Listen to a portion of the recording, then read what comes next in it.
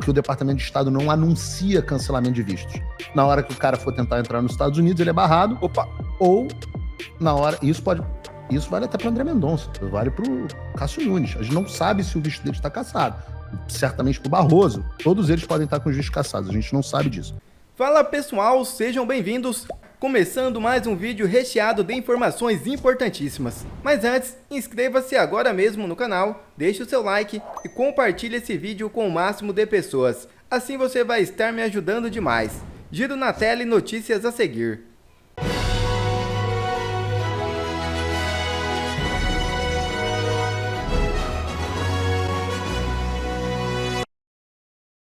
PGR rejeita respostas e defende que o STF receba as denúncias. É isso mesmo. Caberá ao ministro Alexandre de Moraes liberar o processo para julgamento.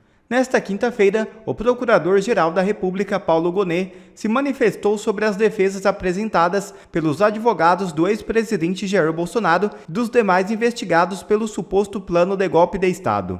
Em sua resposta enviada ao Supremo Tribunal Federal, Gonet defendeu a rejeição dos argumentos e o recebimento da denúncia.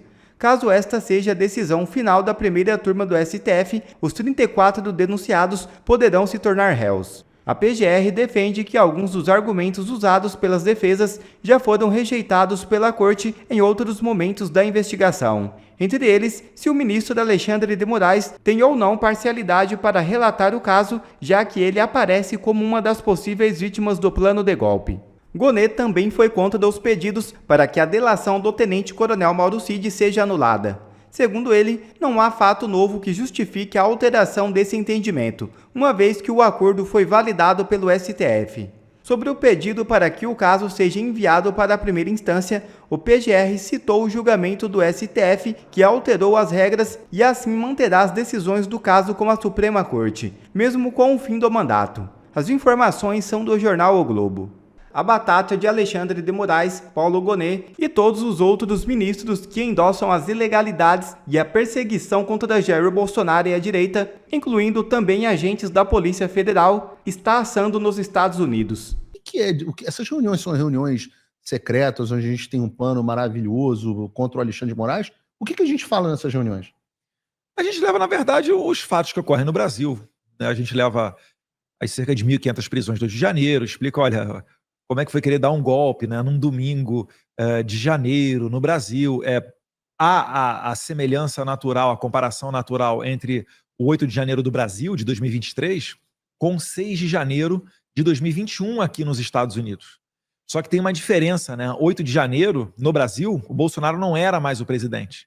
Então, o que bota mais um argumento ainda em cima, além de todos aqueles, né? Pessoas desarmadas, nomeou os comandantes militares que o Lula indicou, né, durante a transição, etc. Mas você ainda consegue adicionar um conteúdo novo, que é, assim, como é que vão fazer, vão impedir o Lula de assumir se ele já tinha assumido, né? A gente leva essas informações, a gente leva as questões das violações do Alexandre de Moraes contra cidadãos americanos, né? Teve o caso até de uma mulher que estava postando a partir do X aqui nos Estados Unidos, Flávia Magalhães. Você chegou a entrevistá-la? Entrevistei. Né? E ela foi... E o Alexandre de Moraes pediu mandado de prisão contra ela. Então a gente vai mostrando como que isso daí está sendo nocivo não só para o Brasil, mas também para os Estados Unidos. Do ponto de vista comercial, o Brasil aqui no Ocidente é sempre o segundo país mais lucrativo para plataformas de redes sociais, sempre ficando atrás dos Estados Unidos. Então, quando vem uma empresa americana para cá e um juiz da Suprema Corte fala, olha, você pode vir, mas tem que bloquear essa pessoa, essa empresa, esse, aquele... Isso daí está violando também os interesses norte-americanos. E eu falei lá no passado, eu falei, olha, não esperem que o Trump vá olhar, né, para um banimento do X no Brasil, por exemplo, e vai emitir só uma notinha da embaixada, não. Muito pelo contrário. Ele vai enxergar isso daí como uma ação comercial de um governo contra o governo de outro país. Por que as empresas brasileiras podem ir para o Brasil e desfrutar de uma Constituição, de segurança jurídica, de liberdade, e as empresas americanas não podem ir para o Brasil desfrutar, né, dessa reciprocidade? Então isso tudo acaba entrando no meio desse jogo, e você não precisa nem ir muito fundo para que as autoridades comecem a imaginar o que possa ser feito para preservar o direito à liberdade de expressão, que aqui é consagrado na primeira emenda que eles falam, né, na primeira emenda da Constituição norte-americana, e eles começam a elucubrar o que pode ser feito, né? Eventos, acionamento de leis, possibilidade de sanções e assim por diante. Então, isso tudo tem acontecido, tá? Por óbvio, a gente não pode aqui explanar tudo com nomes e detalhes, né, por uma razão de segurança, por uma razão até de ética também, tá? Mas eu tenho ficado muito feliz, Paulo, com as portas que têm se aberto. Eu acho que cada vez mais a gente está progredindo, né, num terreno em que lá atrás tinha muita dúvida, né? Poxa, como é que vai ser depois que o Trump assumir? Será que essas portas continuarão abertas? Será que as pessoas continuarão a nos responder aqui no telefone? E graças a Deus tem sido dada a continuidade nesse bom relacionamento que a gente vem construindo aqui nos Estados Unidos. Eu acho que vale explicar para as pessoas ficam um pouco confusas, né? Elas falam, mas o Alexandre vai perder o visto, ou o Alexandre vai... Mas ele falou que se gosta mais da Europa, não tem problema. Mas são algumas coisas distintas que estão em curso, né? E muita gente fala, não, é só o Alexandre ou são todos os ministros do STF, etc, etc. Então, esse é outro ponto também que cada vez mais tem sido ventilado aqui, né? Não é só o nome do Alexandre. Já ouvimos Fábio Chor, já ouvimos o juiz Marco Antônio, né? André Vieira. Então, Ayrton Vieira, perdão. Então, todas as pessoas que estão ali correndo junto com o Alexandre, né? Justificando as ações dele, investigando e etc., também estão sob análise aqui. E é importante explicar, há dois mecanismos diferentes em curso, né? O primeiro deles é o que se trata de cassação de visto. O termo correto é inadmissibilidade nos Estados Unidos. O sujeito fica proibido de entrar nos Estados Unidos. Se tiver visto, o visto é revogado. Ele não pode pedir um visto novo. E se tiver nos Estados Unidos, ele é deportado. Esse é um processo que, por mais que tenha havido também um pedido formal de congressistas ao Departamento de Estado, e o Departamento de Estado pode cancelar automaticamente e ninguém sabe.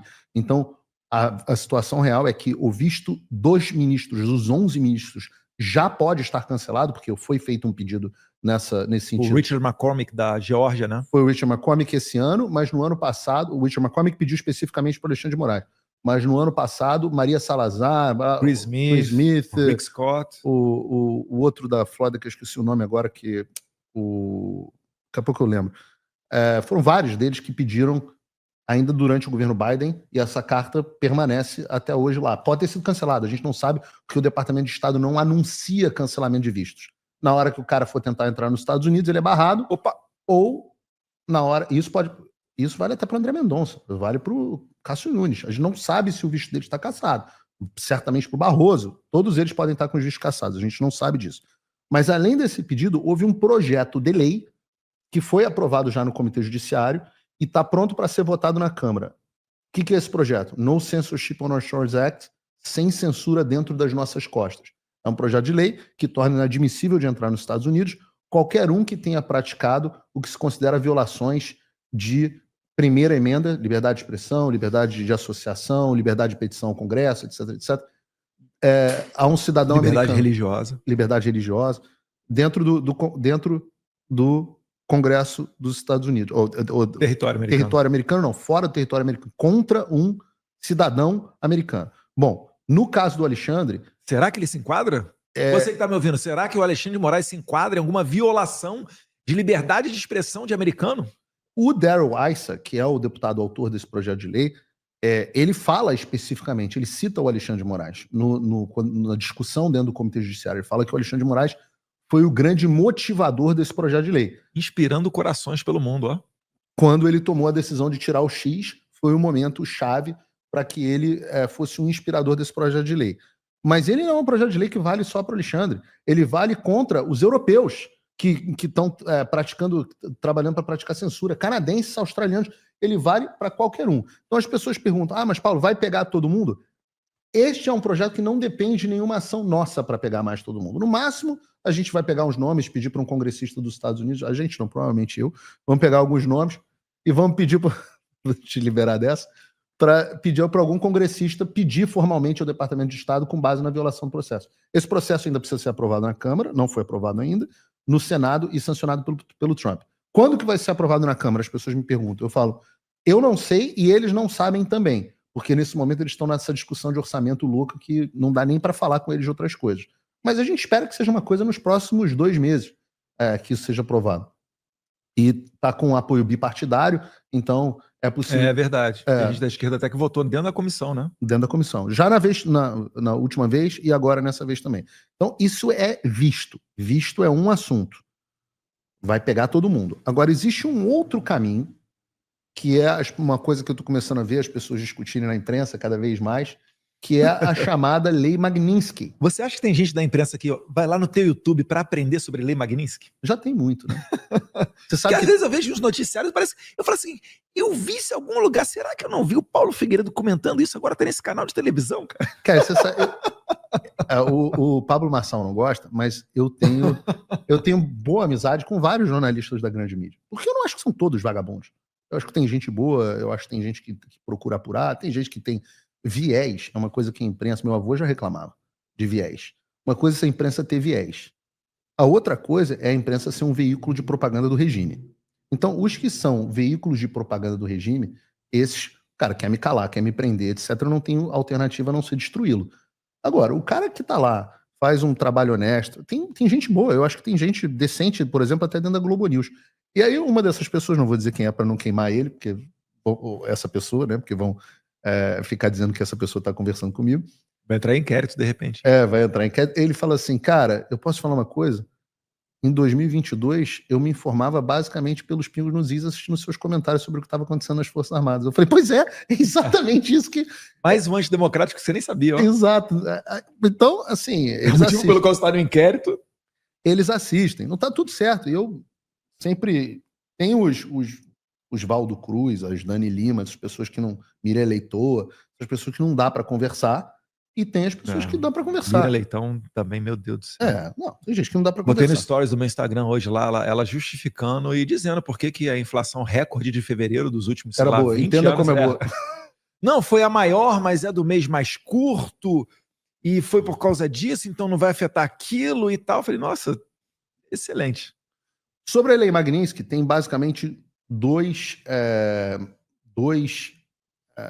pontos sobre os quais o Alexandre está suspeito. Eu posso até pegar minha colinha aqui, que tem uma ação mais detalhada sobre isso, mas basicamente tem dois.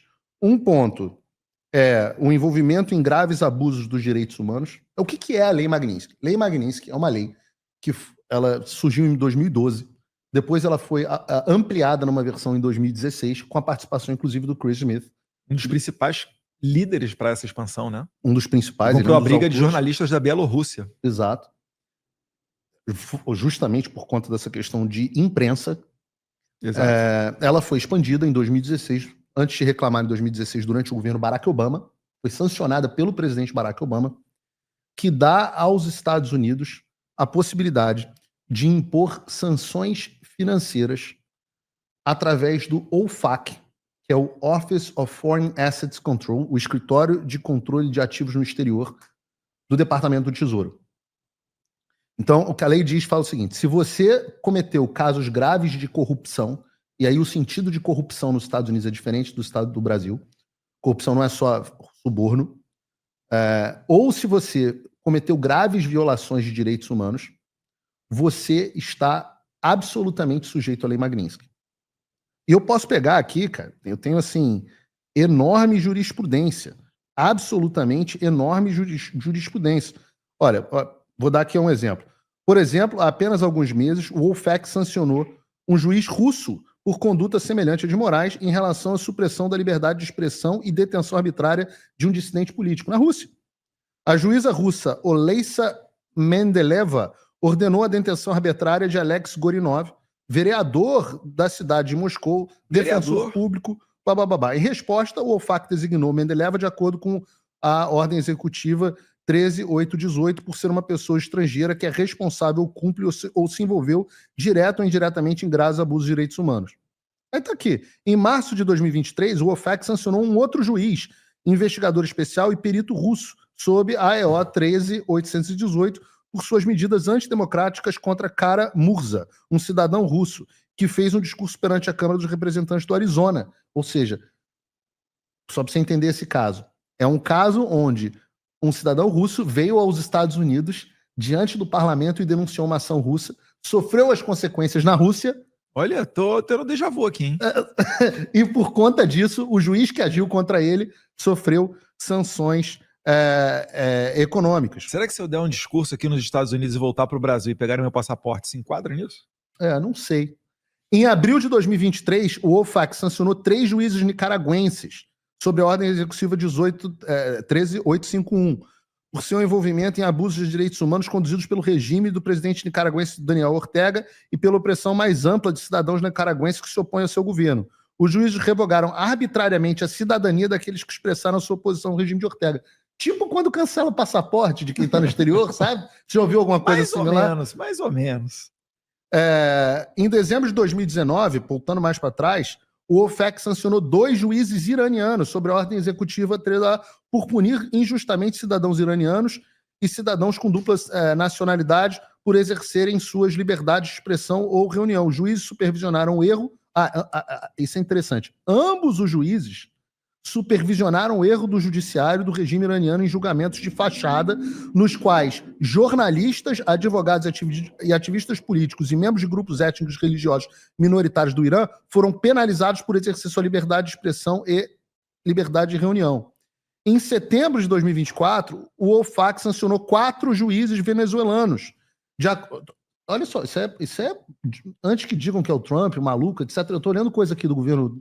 Sim, que já aconteceu sem a nossa atuação também. Biden, sob a ordem executiva com a ligagem idêntica à Lei Magnitsky. Os juízes eram membros do Supremo Tribunal de Justiça da Venezuela, TSJ, que impediram um processo eleitoral transparente e a divulgação de resultados eleitorais precisos. Olha... Não sei se eu já ouvi isso em algum lugar, né? Não sei se eu já ouvi isso em algum lugar.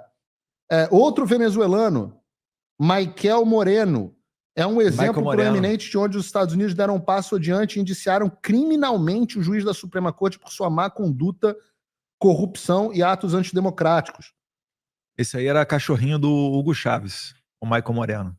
Ele começou a ganhar notoriedade, né? Ele se transformou em juiz, mais ou menos ali, logo no início do primeiro governo, primeira presidência do Hugo Chávez, e ele começou a atender o Hugo Chávez na condenação de opositores políticos do regime. E aí ele foi ganhando moral, subiu no judiciário, chegou até a Suprema Corte. Chegou na Suprema Corte, ele achou que ele era todo poderoso, podia fazer o que quisesse, e tomou aí, foi sanção OFAC que ele tomou, né? Ou foi Magnitsky? Foi, basicamente a mesma coisa, né? Isso é importante que as pessoas saibam. A Lei Magnitsky é a lei que dá ao presidente a autoridade para utilizar o OFAC contra pessoas que violam direitos humanos. Gravemente direitos humanos. É que a execução se dá através do OFAC, que é um instrumento do Tesouro americano, correto? Parte da Secretaria de Tesouro. E a justificativa se dá através da Lei Magnitsky. Então, essa é uma parte. A outra parte é o que se chama de abuso procedimental ou abuso de poderes judiciários. No Brasil seria abuso de poder. Especificamente, contornar os canais jurídicos internacionais e violar as normas jurídicas, que é parte do que o Alexandre de Moraes tem feito. Isso tem a ver com os procedimentos contra mim, contra o Constantino, contra a Ludmilla, contra o Monark, contra o Alan dos Santos, contra o Jason Miller, contra o Elon Musk, contra o Rumble, contra o Trump Media Group. Essas violações também entram no que se chama de numa visão mais ampla de corrupção, né? Então, por exemplo, só para citando aqui, em 6 de fevereiro de 2025, o presidente Trump assinou a ordem executiva 14203, que impôs sanções ao Tribunal Penal Internacional por tentar abrir arbitrariamente investigações e afirmar jurisdição sobre questões relativas ao pessoal dos Estados Unidos e alguns dos seus aliados. Aqui o TPI, como o TPI fez, ele abriu perseguição extraterritorial. Você tem o caso da própria Flávia Magalhães, né? O procurador-geral da Nicarágua também foi sancionado por usar medidas ilegais para tentar... PGR, né? O PGR. Então a gente tem ministro da Suprema Corte da Venezuela, tem PGR da Nicarágua, tem vereador da Rússia, tem procurador do Tribunal Penal Internacional, um monte de gente que já tomou esse tipo de medida. Os Estados Unidos também impuseram sanções a funcionários de governos estrangeiros como Ministério Público Central, a PGR, né, da República Popular Democrática da Coreia, por processar e punir injustamente figuras da oposição política em um processo legal envolvendo julgamentos fundamentalmente injustos. Os estrangeiros também foram vítimas do sistema judicial fundamentalmente injusto da República Popular da Coreia. Assim, eu posso falar de absolutamente vários casos, e há, obviamente, como que a participação, como que o Alexandre se envolveu. Então, eu citei aqui, a primeira coisa foi abuso de direitos humanos, a segunda coisa foi abusos procedimentais e perseguição e invasão da jurisdição estrangeira, e a terceira coisa é o envolvimento em corrupção significativa, coerção, extorsão e retaliação econômica. E aí você entram basicamente as ameaças que ele fez contra o X, contra a SpaceX, contra o Rumble, e aí tem outros exemplos aqui, né? Eu posso ficar aqui só dando exemplos. O OFAC também sancionou funcionários de governos estrangeiros responsáveis por usar suas posições para manipular o sistema legal em benefício próprio ou em benefício de seus aliados políticos. Já ouviu falar disso?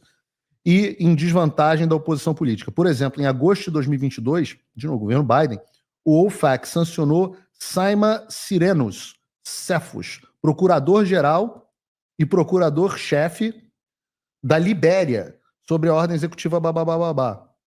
Então, assim, há enormes jurisprudências dentro dos Estados Unidos. Por que eu estou falando isso? Porque nas nossas reuniões, a gente se limita a expor os fatos. Produzimos relatórios extensos, todos com base em informações públicas.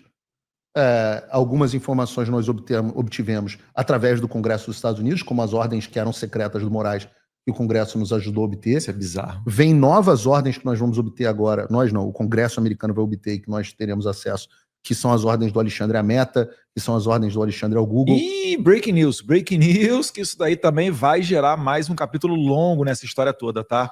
Porque a Meta ela é dona do Facebook e do Instagram. E do WhatsApp. Vocês acham mesmo que o Alexandre de Moraes mandou, durante a eleição de 2022, quando ele era presidente do TSE, ordem de bloqueio, de censura só pro X? Ou será que ele também mandou pro Facebook, Instagram, TikTok, WhatsApp, Telegram, papapá? Inclusive, acho que tem cópia, né? Quando ele mandou pro X, ele copiava as outras plataformas. Tem alguma coisa disso aí também? Enfim, vamos ver as cenas dos próximos capítulos, porque isso daí também vai gerar mais problemas lá pro nosso querido defensor da democracia brasileira. Quer ver mais conteúdos como esse? Então inscreva-se agora mesmo no canal e ative o sininho das notificações. Assim você não perde mais nenhum conteúdo que é postado aqui no canal. E também já deixe o seu like para o YouTube ajudar a divulgar o nosso trabalho. Fico por aqui e que Deus abençoe a todos. Brasil acima de tudo e Deus acima de todos.